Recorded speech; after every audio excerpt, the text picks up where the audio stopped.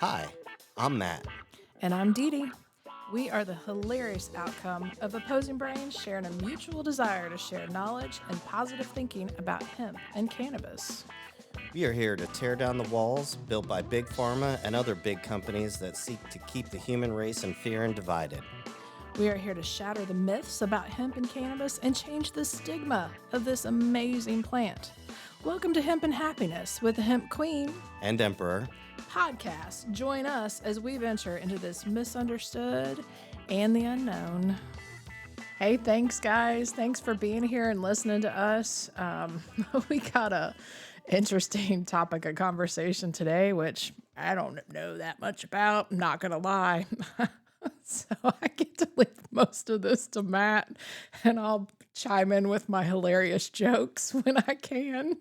I'm not speaking today. Yes, you are speaking today. This is your wheelhouse. All right. Well, I guess I am speaking today. So today we are going to talk about CBD and erectile dysfunction, also called ED. So this is an important topic for a lot of reasons. And for that reason, I'm going to try to keep my emotional maturity meter on, which is not really my strong suit. So It's bear really with not. me because it's just hard to make ED sexy. Boom. Yeah, it really Boom. is. And that was it. I got that one out of Did the you way. get that one out of the way? Now we can move on. Okay. Now we can move on. Good. Okay, so Okay. whenever you're ready, tell us about your experience with ED. I've not had any experiences with ED, luckily. I don't have one of those to have an experience with it. Well, okay. So I can talk to you about CBD and ED, but I don't have erectile dysfunction. Very true. Yeah. So the reason we're having this podcast, listeners out there, is because there are a lot of false prophets out there. There are a lot of companies looking to monetize on CBD. We touch on this a lot in this podcast. We do. The hot new thing now is advertisements stating that CBD will cure or treat erectile dysfunction, specifically maintaining an erection. That Is false. could not be further from the truth. And I hate discrediting CBD, but we also have an obligation to make sure you have the facts as we see them and are making wise decisions when you move forward in your life and the choices that you make on how you choose to supplement and what you supplement for. Right. So we want to get into a little bit of the causes of erectile dysfunction, the remedies. We're not physicians. This is purely based on research that we've done. This is going to be a free-form conversation, which is all of our conversations. Your own personal experience? My own. I will bring up some of my own personal experiences. Y'all are going to get inside the bedroom with me in your mind. My. Your mind. So you just Heaven marinate help on that us. for a minute. And we're going to talk about what you need to do or what is our healthy decisions on taking the next step if you do have issues with sexual dysfunction. And even though we're really going to talk about ED, I think the term ED is very specific to men. I think sexual dysfunction is a very important topic for It both is. men and women. Absolutely. Even though we joke and we have fun, because it's so much better to joke than to be serious. And nobody wants to listen to serious. I don't. And I don't expect you to either. But it is a serious topic, and I feel that is frequently overlooked with women for the pure reasoning that women can have sex without being aroused. True. And men can't. So, we want to touch on that as well. So, Dee Dee, I'll just jump in then. Knock yourself out. Okay. I trust me. You know And me. then I will. and then you chime in. I will chime in as You always. just stop me. Stop me. That's what I'm really good at. So to summarize, let's start on the men's side. So on the male side, similar to the female side, from the research we've done, there's essentially two types of erectile dysfunction. There's two types of ED, and sometimes you as an individual could have both. And that is the physical dysfunction, meaning that your body is unable to produce and maintain an erection, or is unable to achieve climax, and the psychological aspect, where there is a mental, psychological reason that you cannot maintain an erection, or you cannot function sexually in a way that is comfortable and pleasing to you and your partner. So I'll agree with that. that is where we get kind of flowed into the CBD part. So to deal with the physiological side first, men who suffer from erectile dysfunction, and I would argue women, often have a blood flow issue, where getting blood to that area, getting blood to the genitals, is what creates the the sensations, what creates a stimulation, and what causes ultimately the pleasure of So it's all about sex. stimulation. It is about It stimulation, is, for and sure. it is. But if you're unable to get blood flow to that area, it's going to be difficult, and that can happen for a lot of reasons: being overweight, being unhealthy, having a heart issue, sometimes physical illnesses that you've had in the past can leave people in what was called impotent. I'm not sure what the current parlance is. I don't really care. Well, age Right. has a big Age. factor in that. Well, but that's something different. Mm. So that you have that aspect of it. Then you have the hormone part of it, which for men would be Hormones. Oof. testosterone. For women would be estrogen. And Where progesterone. and progesterone. Yeah, thank you. You're You're right. welcome. Where the male body doesn't produce enough, or the female body doesn't. Well, and testosterone for women as well Yeah. is important for sex drive. Uh, so being unable to produce those chemicals will inhibit the ability to receive that stimulation, and that's a problem as well. I think it's also important to bring up at this point that studies have shown men are producing on average 30% less testosterone than they were 50 years ago. Nobody's quite sure why yet, but that is, Could it be the birth control pills that are in their water I that mean, we don't know about? I mean, there's so many issues with that we could bring up environmental factors. Yeah. and you know what though? I mean, we would purely be guessing at this point, True. because I mean, it could be social reasons, Mhm. it could be environmental, it could be a combination of a lot of different things. The point is, men aren't producing as much testosterone as they used to. As you continue in age, you produce less testosterone, so that becomes an issue. Mhm.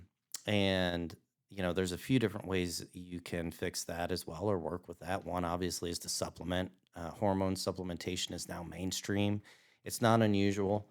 If it's something that you're interested in, I'd highly recommend checking it out. There's commercials all over the place Right. about this. Yep. Yep. I've not done that myself.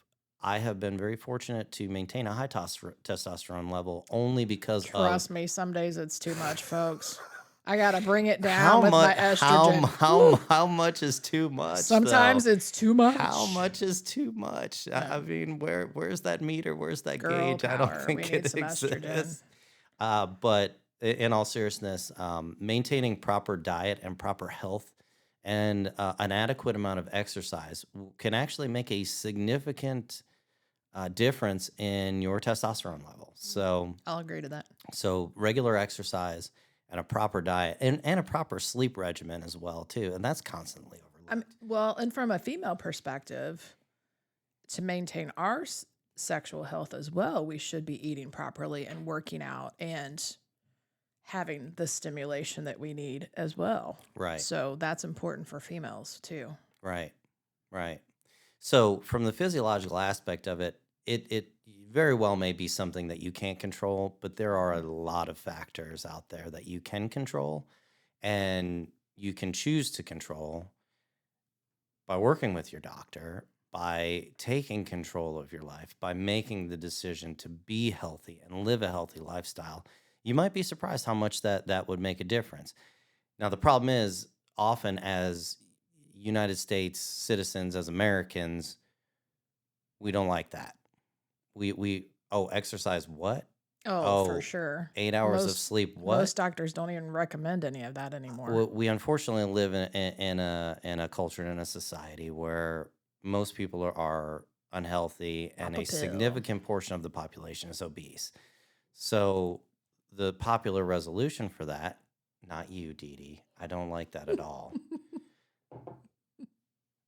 An important part of dealing with that means not just seeking the magic pill, Oh, for sure. not just throwing the coin in the wishing well and saying, I wish, or going to your doctor and saying, what can you do for me that requires zero effort on my part? There is no such thing. And that includes CBD, I agree. unfortunately. But that is the way it is. You have to do work as an individual. The thing I think about CBD and ED is the one thing that I think CBD could help with in regards to erectile dysfunction is that it might help you relax a bit and lessen your anxiety about the issue. So, but most of these companies that are promoting this, they're saying that it's pretty much the cure all, that it's going to cure your erectile dysfunction. That is not true. Can it maybe help you with your anxiety because of that issue? Yes. Well, and that's the psychological aspect. We're going to get to Right. that next. I know. I'm just leading you into You're it. just jumping in. So, and I 100% agree with you. And I want to get into that more. Right. But just to wrap up the physiological side, from the CBD side of it, there's not a lot of evidence that has shown in any studies that taking CBD regularly will increase or decrease the Right. hormones that lend to favorable sexual intercourse. Correct. Now there has been research studied that CBD helps with blood flow, but Correct. not necessarily erectile dysfunction blood flow. Correct. So, Correct. I mean, CBD is technically still new. I mean, we couldn't even do research forever on any cannabis because it being a Schedule 1, at least here in the United States. But in other parts of the world, they have done more research. Now, have I read anything about that? No, I've not. I've not seen any documents. I'm sure it will be forthcoming. Yeah, I've seen no studies that really lend to that with CBD. It's certainly not a vasodilator, No. which are awesome for anyone out there. I'm not gonna lie. On a special occasion, No. birthday, holiday, Tuesday, Oh, wow. they're fun to have. And whereas they were taboo, they're not so much anymore. And your heart has to be healthy enough. You definitely want to consult your doctor before you take one. But I really don't even think you need to have a sexual dysfunction anymore to engage in those. So just throwing that out there. Probably not. Vasodilators. Wow. So off the CBD topic, and I'm not aware of the health risks of vasodilators, by the way, and I'm sure there are some. So you definitely want to research that. So anyway, so let's switch gears. Let's move away from the physiological side of it and down to the psychological side. Okay. As Dee Dee said, I can tell you from personal experience, CBD relaxes me, especially full spectrum with that microdose of THC. Absolutely. Takes my elbows away from my ears and helps me relax. Speaking from personal experience, I struggle to perform or even enjoy intercourse if I'm not relaxed, Right. or if I feel like I'm distracted or there's something else on my mind. I can't focus. I'm not enjoying it. I'm either there for a ride or I'm not performing, and it's terrible. So CBD does lend to the psychological aspect of sex in that it can relax you and change your mindset to make you feel more comfortable and have a better experience with sex. Well, yes, I think it kind of calms your brain down a little bit. If you're an overthinker like myself, CBD gives you that little that everybody needs, especially if you're moving into that direction as far as sex goes. For women, I mean, I think I can speak about this very easily. My mind never stops, even during that time. And I'm like, okay, focus, focus, because you're here to enjoy this. It's something you need. I think it's something we all need. I think, personally, I think sex was the greatest stress reliever God ever gave us. I really do. Agreed. So I see nothing wrong with it. It's healthy. You got a good partner, whatever. And to each their own as well. I think CBD definitely can help people just relax to be able to enjoy it. And I'm just going to throw this out there real quick. For females, some of us have maybe experience dryness, or we experience pain during intercourse, and there we actually have a product that has CBD in a personal lubricant. And let me just tell you, I like it. 2 thumbs up for me. I like it. I had a hysterectomy back in, oh God, I was 38. And I tell you what, that changed things down there for me. So having that CBD and that personal lubricant has been phenomenal. And gosh, I can't believe I'm talking about this right now. But I think if it'll help other women, I'm all for it. Try it. I mean, what could it hurt? I agree. Yeah. And you could argue that female dryness is really the equivalent It can be. of male erectile dysfunction, It certainly because it's can the be. same thing. It's a lack of stimulation. Mm-hmm. So, but getting further into that, a lot of sexual dysfunction for men and women, and I'm going to speak specifically to men right now because I am one. Believe it or not.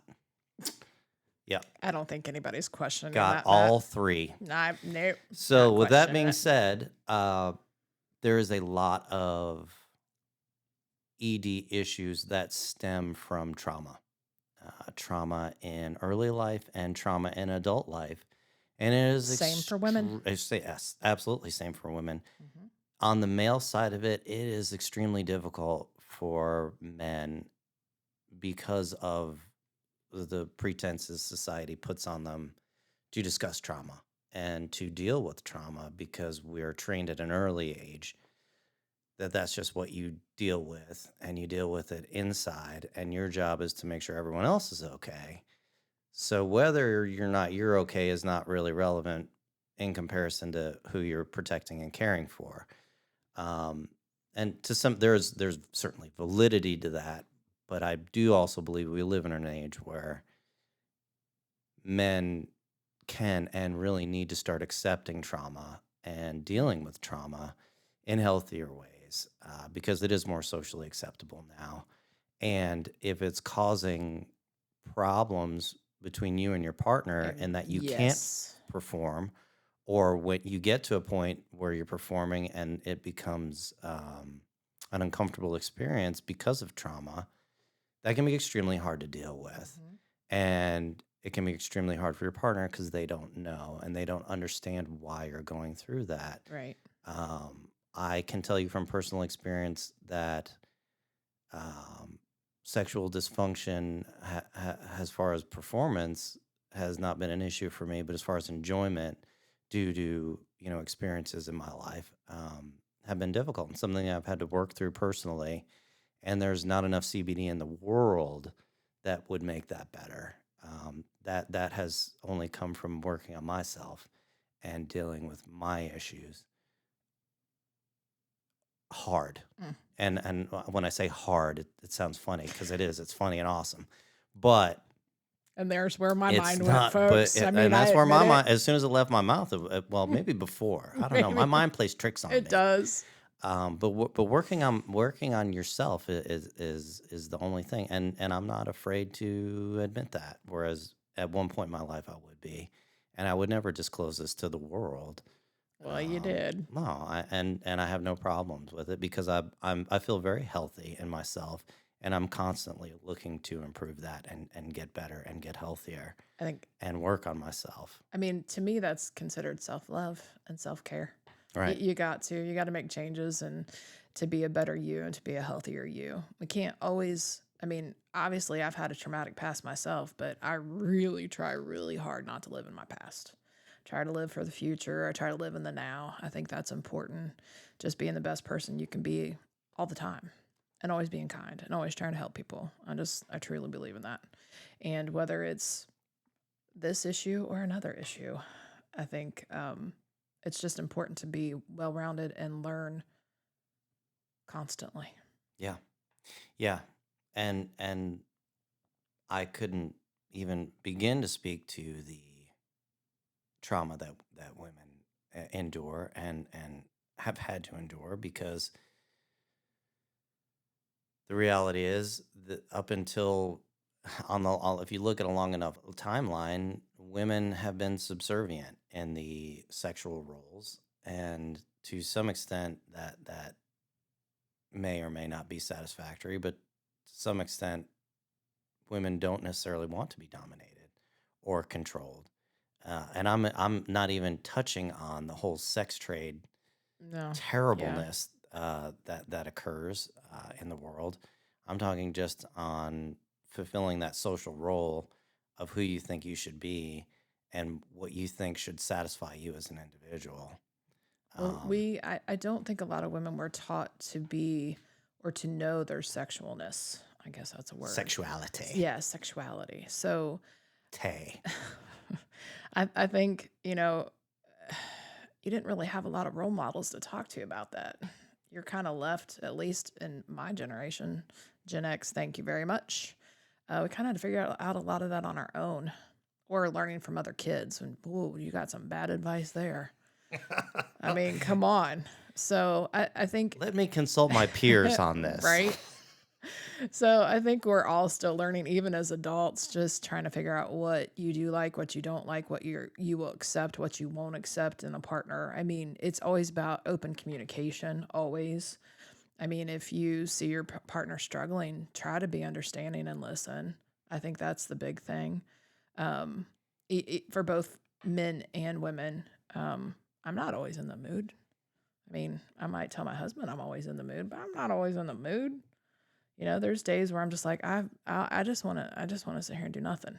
And same thing for him. Everybody works hard. We're always busy, but I think it's always important to come together when it comes to sex and being together and being in the moment and being together. Well, and really the last thing that I wanted to bring up in this podcast, which you touch on perfectly, is communication. Mm. It's so important to communicate. Be it yourself communicating to yourself, saying, accepting that you have a problem and getting proactive about what you need to do to fix it, communicating with your partner that you have a problem or that they might have a problem, or which if your partner has a problem and they're truly your partner, you have a problem. Exactly. Because your problem is their problem. Exactly. And their problem is your problem. And if that communication isn't happening, which communication is becoming a lost art sometimes, I feel, in our society, and it makes me insane. And that goes straight from the nuclear family all the way out. Agreed. And I have my own philosophies on that, which I'm sure we'll discuss in more detail in another podcast. Sure, we will too. But it's communication. Always. And all around communication. People are afraid to say things. People are afraid. Everyone's afraid now. It's bullshit. I don't really care what's thought of me because I've said something. If I've said something, it's not to offend anyone. If I've said something, it's to make sense of the reality around me, which is all I can do. And if your partner understands you, they'll understand that and they'll appreciate that. And if they don't, well, you have to make that decision whether or not that's really your partner, and whether you want to continue to work on that or not. I agree. Yeah. I mean, I agree.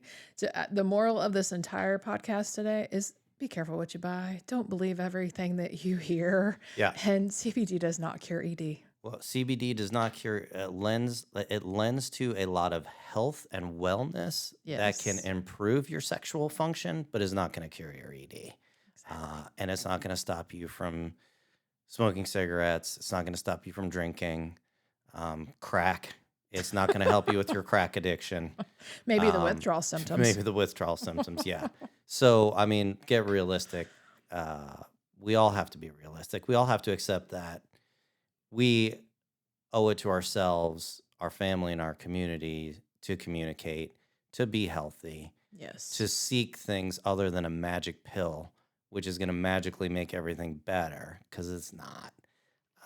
And we all need to work together to accept that and to create a society where there is open communication from the family level on up, and we're not just seeking some magic answer that a corporation's going to monetize on Right. and get us to buy shit we don't need. Exactly. Not. I do believe everybody needs CBD, but And just take it for the and right well, reasons. but what it does is it does. discredits the industry. It really does. Because, I've got ED. Oh, look, CBD helps with ED. Oh, I took CBD for a month. It didn't help my ED. This stuff is crap. And then Yep. they tell someone, and then they tell someone, and I tried to quit drinking and taking CBD. It didn't help me at all. And It's the thing crap. about it is, there's been so many marketing employees already with CBD. Stop smoking, ED, take these, and you just magically will feel better. Yeah. There's so many different marketing things. You just got to be careful. Read through the lines. Read through the scams. You got questions, you can always reach out to us. We're always here to help. Yeah. That's important. They Yeah. need a safe space to come talk to us about it. Agreed. And it's twofold. It's the industry has a responsibility, Yes. and the FDA has a responsibility. These tests need to be published. These studies need to be completed. It's been long enough. Agreed. I realize we have to be patient. I'm willing to be patient. I'm doing my best to be patient. But think of the studies that have been done since COVID's been out, and that was 2020. Right. CBD has been federally legal since 2018. It's time, guys. Agreed. Let's move forward. Let's find out what it does. Let's find out what it doesn't do. I mean, you can only hide the truth for so long. Agreed. Well, we appreciate you. We appreciate you listening. Make sure you leave comments, like us, send our podcast to your friends so they can learn more too about this amazing industry. And, definitely follow us on all social platforms. And you have questions, we're here to help. As always, keep it hempy out there. Thanks for joining us for another episode of Hempin' Happiness with the Hemp Queen And Emperor. Keep your mind ever open and expanding. Like, subscribe, review, follow us, all the good stuff. And Keep it hempy out there.